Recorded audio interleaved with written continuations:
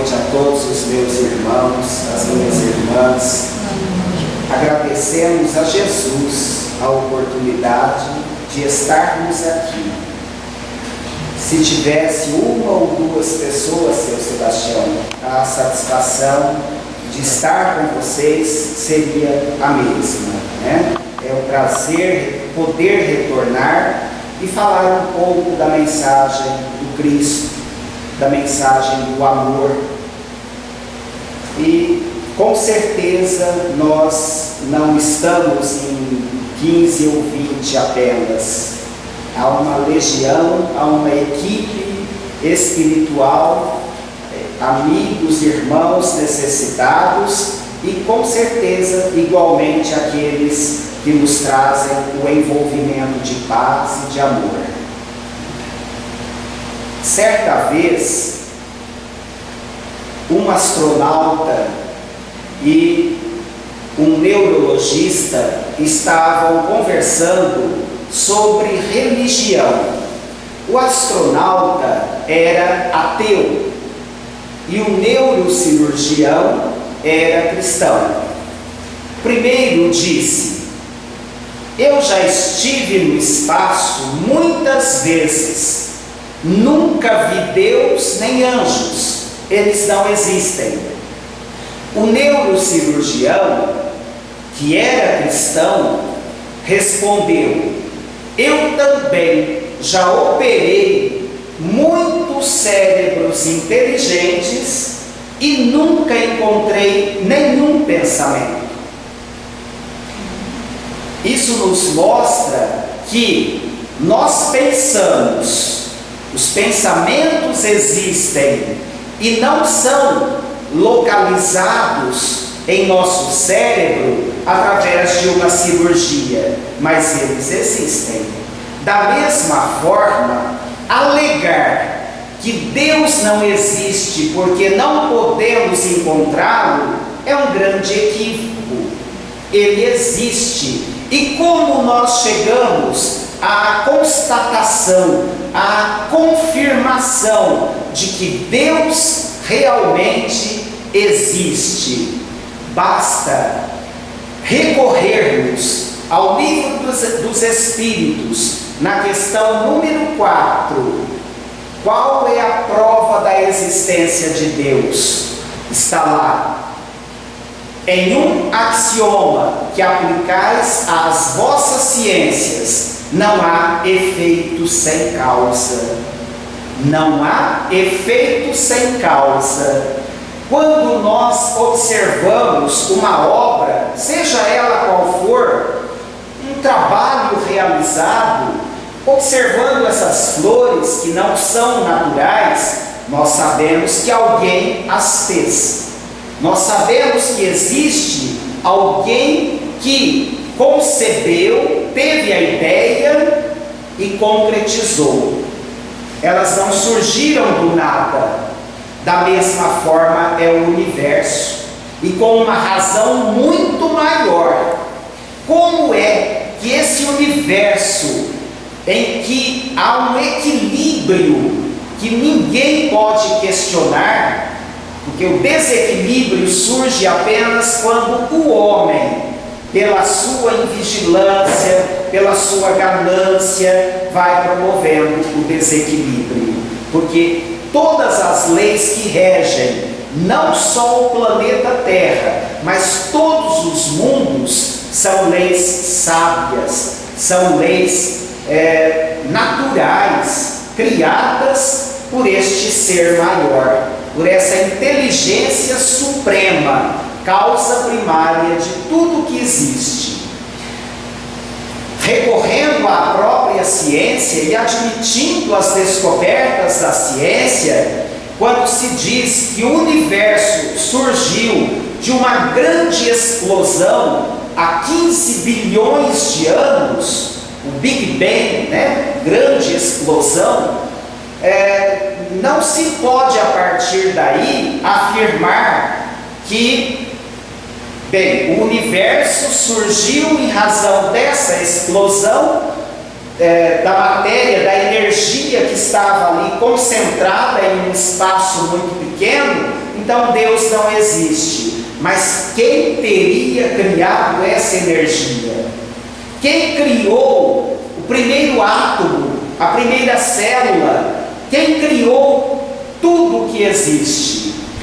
Nós podemos e devemos acatar as informações que a ciência nos traz, pois ela foi deixada ao homem por Deus para que haja o aprendizado, o crescimento, as descobertas. Quantos espíritos iluminados vêm à Terra para trazerem aos homens melhores condições de vida, a descoberta de determinados medicamentos para a cura de doenças e tantas outras conquistas realizadas pelo homem. Deus assim permite, mas Ele é o Criador. Tudo surgiu das suas leis, e ainda que admitamos como realidade, não podemos negar aquilo que a ciência vai comprovando, mas a origem de tudo está nas mãos do Criador. Deus, essa inteligência suprema, Criador e regente. O que significa isso? Criador e regente. Ele não só criou, estabeleceu leis sábias, leis justas, que regem todos os mundos no campo material e espiritual. E Ele rege através dos seus emissários, dos seus seguidores, daqueles espíritos iluminados que já atingiram elevados padrões evolutivos. Então Deus permite que seus filhos em níveis elevados de conhecimento possam reger, governar, assim como Jesus é o governador geral do planeta Terra. Jesus do nosso planeta e dos outros planetas, assim como Jesus é o governador geral da Terra, existem outros governadores dos demais mundos, dos demais planetas, seja do nosso sistema solar, da nossa galáxia ou de outras nebulosas. Em cada mundo existe o governador estabelecido pelo Pai, por Deus, o Criador. Deus é, portanto, a inteligência maior, o Criador de tudo, o Criador de tudo, porque nós, seres humanos, ou espíritos desencarnados, igualmente a nós, transformamos aquilo que existe. Nós nada criamos, nós transformamos. A matéria-prima é que nos dá a base para que a gente crie. Então, o Criador é Deus. Nós somos co-criadores, colaboramos com a criação divina, mas não somos verdadeiramente os criadores de nada, porque apenas transformamos aquilo que é obra divina, e tudo é obra divina, tudo é obra divina.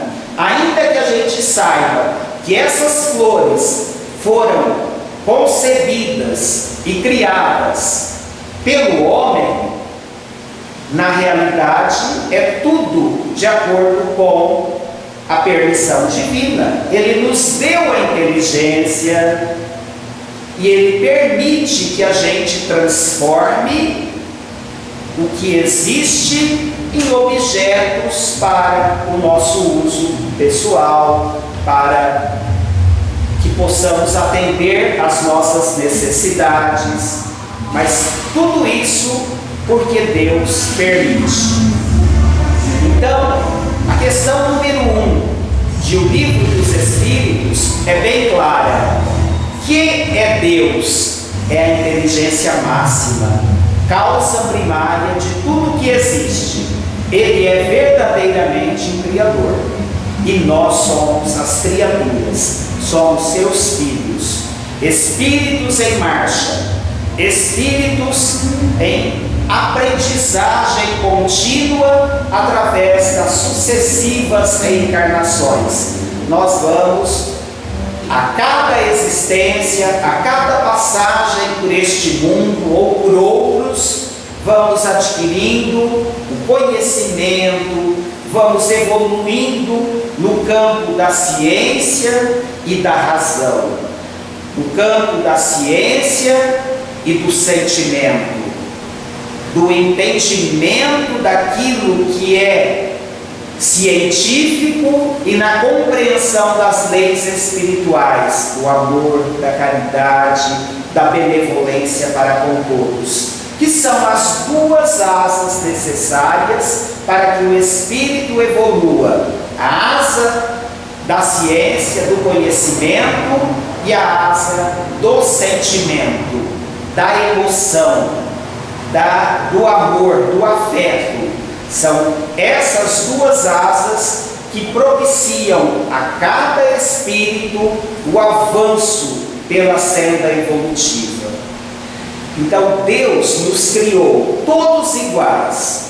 Fomos criados simples, ignorantes, porém com as sucessivas reencarnações nós chegamos no estágio em que nos encontramos, mas ainda falta muito para chegarmos à condição de espíritos perfeitos. Muitas existências ainda, com certeza. Fala-se em 20 bilhões de anos a distância entre nós e Jesus.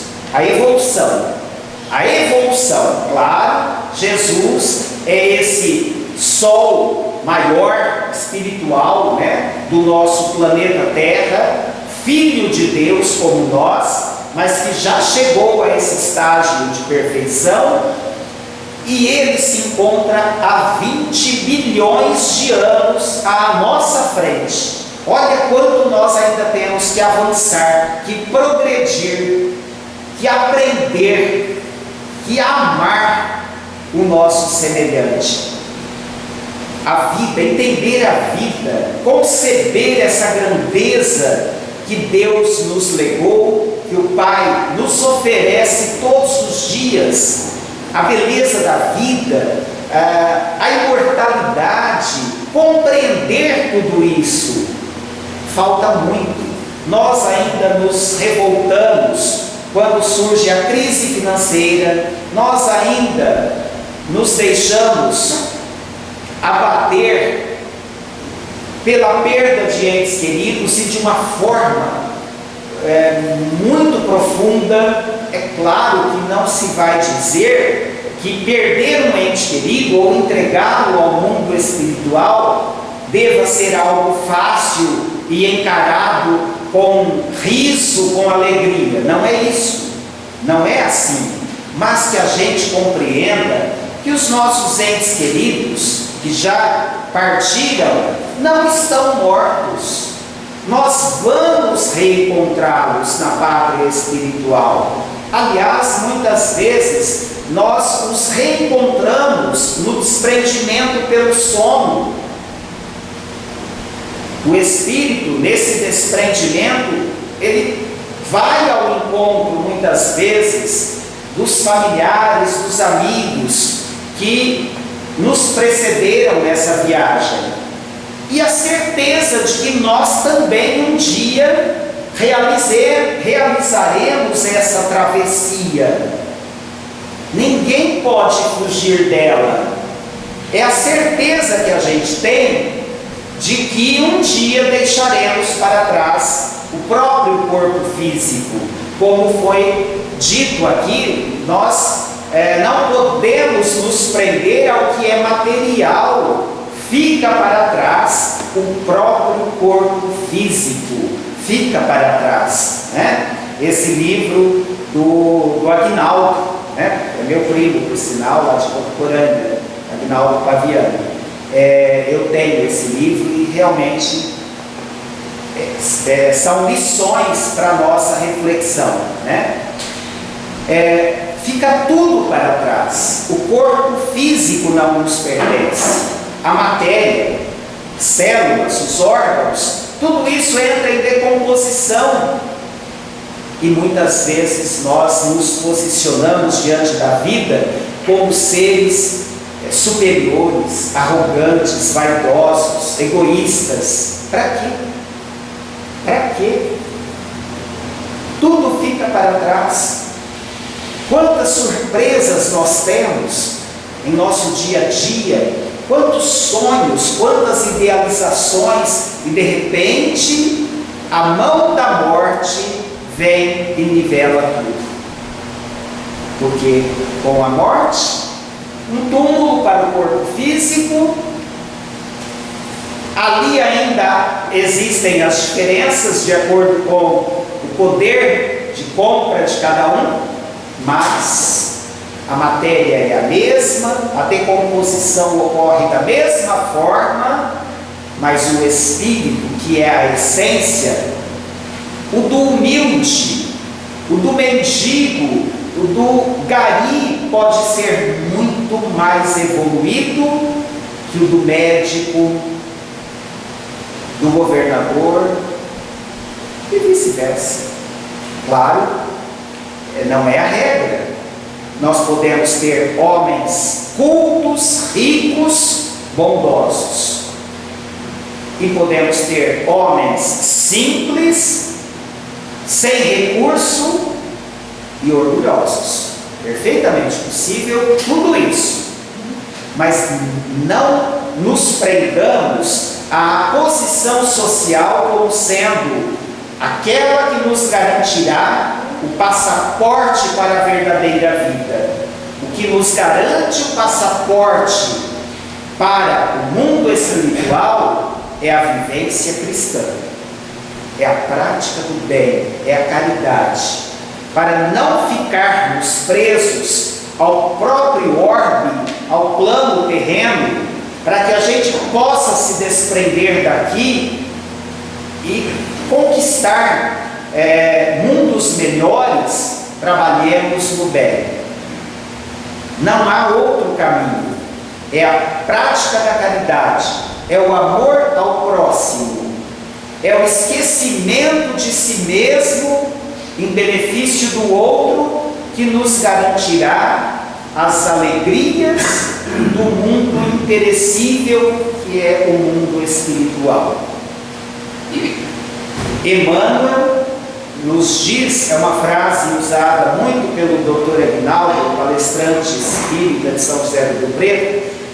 Emmanuel diz o seguinte: se o malandro soubesse o quanto é bom ser bom, ele seria bom até por malandragem. Olha, se o malandro soubesse a importância de ser bom, ele seria bom até por malandragem. Ele iria entender que fazendo o bem, ele estaria se beneficiando. Não devemos realizar a caridade, praticá-la, com o objetivo desse retorno. Mas se o malandro soubesse disso, ele mudaria o seu roteiro, ele mudaria a sua trajetória, ele não exploraria, ele não roubaria, ele não traficaria, ele não tiraria a vida do seu semelhante, ele pensaria nas alegrias do mundo espiritual, porque a nossa passagem pela terra é tão rápida, que é uma existência, 90, 100 anos no máximo, né? Um pouco mais talvez, com raras exceções, 80, 90, 100, né? 20, 30. No último fim de semana, estava comentando com os meus amigos, acho que eles sabiam disso, lá em Zacarias desencarnaram dois senhores em um acidente trágico na BR-153, um com 41 anos de idade, que era uma pessoa maravilhosa, um amigo muito querido, uma pessoa de bem e que trabalhava em benefício do próximo. num acidente, os corpos carbonizados, e graças a Deus, este do qual estou falando, teve uma vida exemplar, o outro também, mas este realmente viveu pelo próximo. Tudo que ele fazia era pensando no outro. Era professor, foi vereador e realizava um trabalho social maravilhoso, atendia a todos sem distinção e sem nenhum interesse, porque ele era assim, sempre foi assim, não só com os munícipes, né, mas com todos. Tanto é que foi algo inusitado na cidade, esse acontecimento, marcante, de muita dor, de muito sofrimento para todos. Que bom, né? Que bom, porque com certeza esse espírito, embora colhido de uma forma tão trágica, ele já deve estar amparado, já deve ter sido socorrido, aquilo ficou com a matéria, porque o que nos garante esse socorro espiritual são as nossas ações, é o trabalho no bem, é o amor ao próximo, é a humildade, é o desprendimento, é isso que nos garante a travessia de forma tranquila. Então, não nos iludamos com o status, com os bens materiais, com a posição social, com o diploma, com o título acadêmico, nada disso. Isso tudo faz parte da vida, mas o importante é o uso que nós fazemos de tudo isso. De que forma?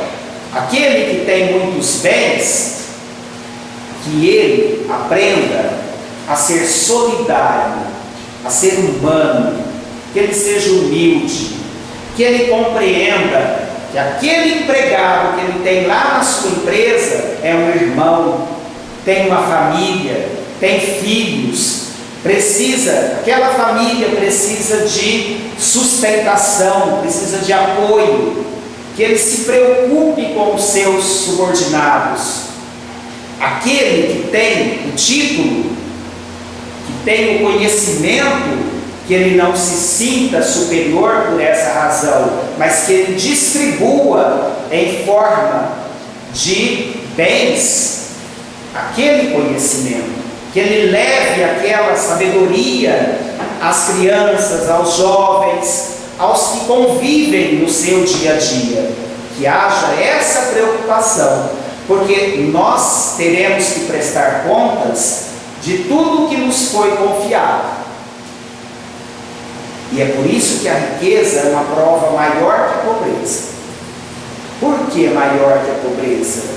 Porque a riqueza muitas vezes instiga o indivíduo a ser vaidoso, egoísta, cheio de si, né? Sentindo-se superior.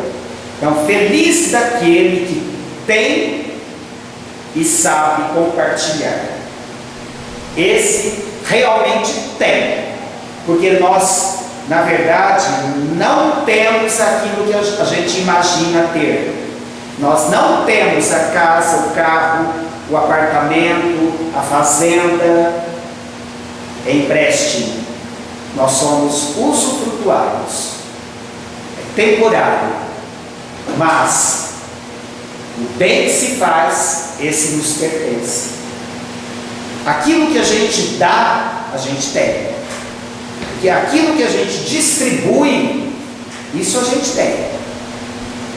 Aos olhos dos capitalistas, é um absurdo e eles estariam rindo da nossa afirmação, né? O capitalista arrogante, ele acha que ele tem à medida que ele traz mais para si. E na verdade, nós só levaremos aquilo que damos, aquilo que oferecemos. Coração, começar pelo coração, porque muito mais importante que dar o dinheiro é a forma como ele é dado. É a forma como ele é dado.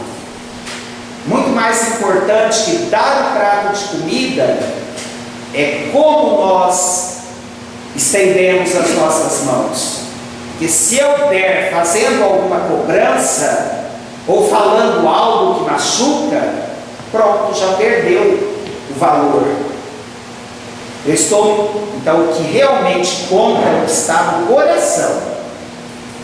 Isso sim tem um grande valor e será verdadeiramente a moeda que nos garantirá esse passaporte para o mundo espiritual. É o que se faz, é o que se planta, é o bem que se realiza, é a mão que se estende, é a oração que se faz ao outro com muito carinho, com muito amor. Quando nós vibramos em benefício de alguém, verdadeiramente, é uma grande caridade. E ninguém precisa saber. Somos nós e Deus. Porque é o pensamento que chega, não são as palavras, é a ideia. Não precisamos ter cultura, não precisamos usar palavras bonitas, aliás, nem precisamos proferi-las, basta pensarmos e sentirmos verdadeiramente para que o outro receba, para que essa energia positiva vá até aquele irmão que necessita. Isso sim é importante. Isso faz a grande diferença nessa nossa caminhada.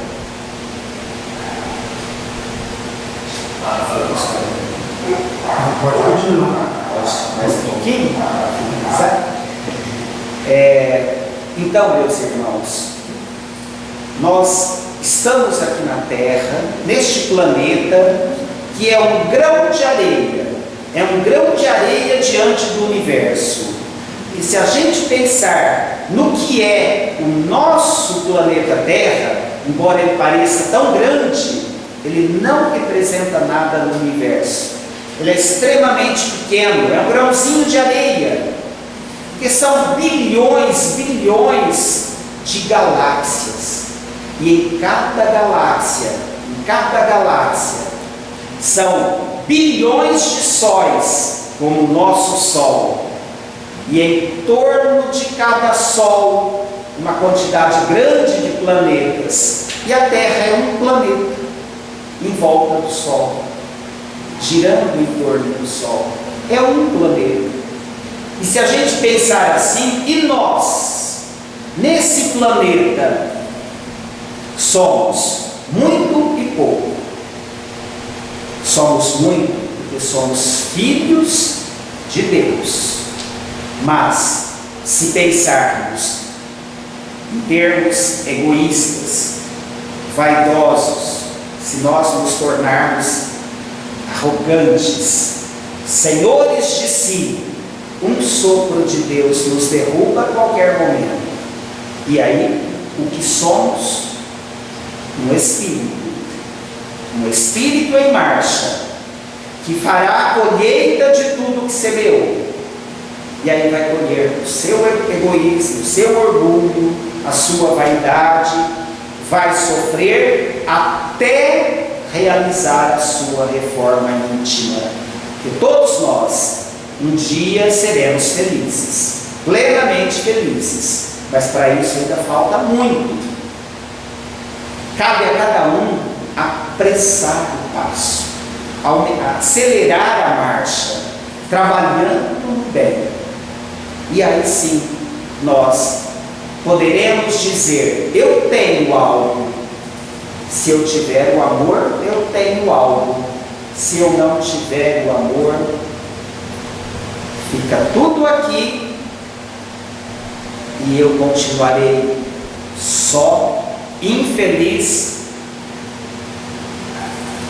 porque ninguém gosta de estar com pessoas arrogantes, orgulhosas, pessoas egoístas, pessoas que se sentem os melhores do mundo e os mais poderosos. Porque a definição à luz da doutrina espírita, de egoísmo e orgulho, seria o seguinte: o orgulho, eu sou o melhor, é o orgulho. O egoísmo, tudo para mim, tudo para mim, nada para o outro. Isso é o egoísmo. Tudo aqui, porque ao deixar, nada teremos. E aí, a colheita do que foi semeado. Então, meus irmãos, que esta reflexão sirva para todos nós. Não pensem em vocês que eu esteja trazendo esta reflexão para os meus irmãos apenas. Esta reflexão eu procuro fazê-la sempre para mim mesmo, para me tornar um pouquinho melhor, para ser um pouquinho melhor, porque ainda somos muito imperfeitos. Muita paz, que Jesus nos fortaleça. Eu estou muito feliz por estar aqui nesta casa tão acolhedora. O nosso irmão Sebastião, parabéns, viu, seu Sebastião, por todo esse trabalho. Parabéns a vocês por estarem aqui. E não se preocupem com quantas pessoas estejam aqui. Orem por aqueles que não vêm, enderecem a cada um as melhores vibrações, na certeza de que vocês estarão fazendo o melhor. Muita paz, muita luz a todos nós. Em 2012, já estamos aí em meados, de janeiro, passando já, mas que 2012 seja de muitas realizações espirituais para todos nós. Muito obrigado, meus irmãos.